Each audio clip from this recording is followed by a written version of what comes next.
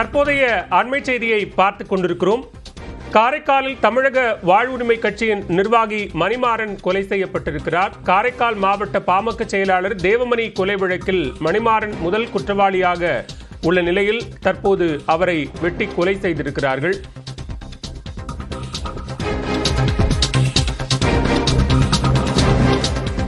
கூடுதல் விவரங்களோடு இணைகிறார் செய்தியாளர் கிருஷ்ணகுமார். கிருஷ்ணகுமார், விவரங்களை பதிவு செய்யலாம்.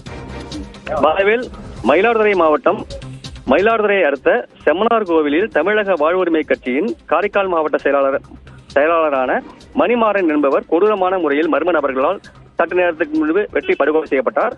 இவர் மயிலாடுதுறையில் நடைபெற்ற 4 மாவட்ட நிர்வாகிகளுக்கான கூட்டத்தில் பங்கேற்றுவிட்டு ஒரு 3:20 மணி அளவில் மயிலாடுதுறையிலிருந்து புறப்பட்டு சென்றுள்ளார்.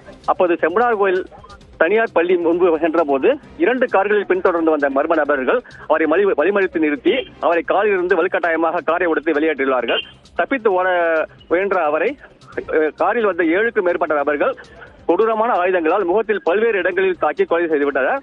இந்த சம்பவத்தில் கொலை செய்யப்பட்ட நபர் காரைக்கால் மாவட்டத்தின் பாமக மாவட்ட செயலாளராக இருந்த தேவமணியின் கொலை வழக்கில் முக்கிய குற்றவாளி என்பது குறிப்பிடத்தக்கது. பலவேல், விவரங்களுக்கு நன்றி கிருஷ்ணகுமார்.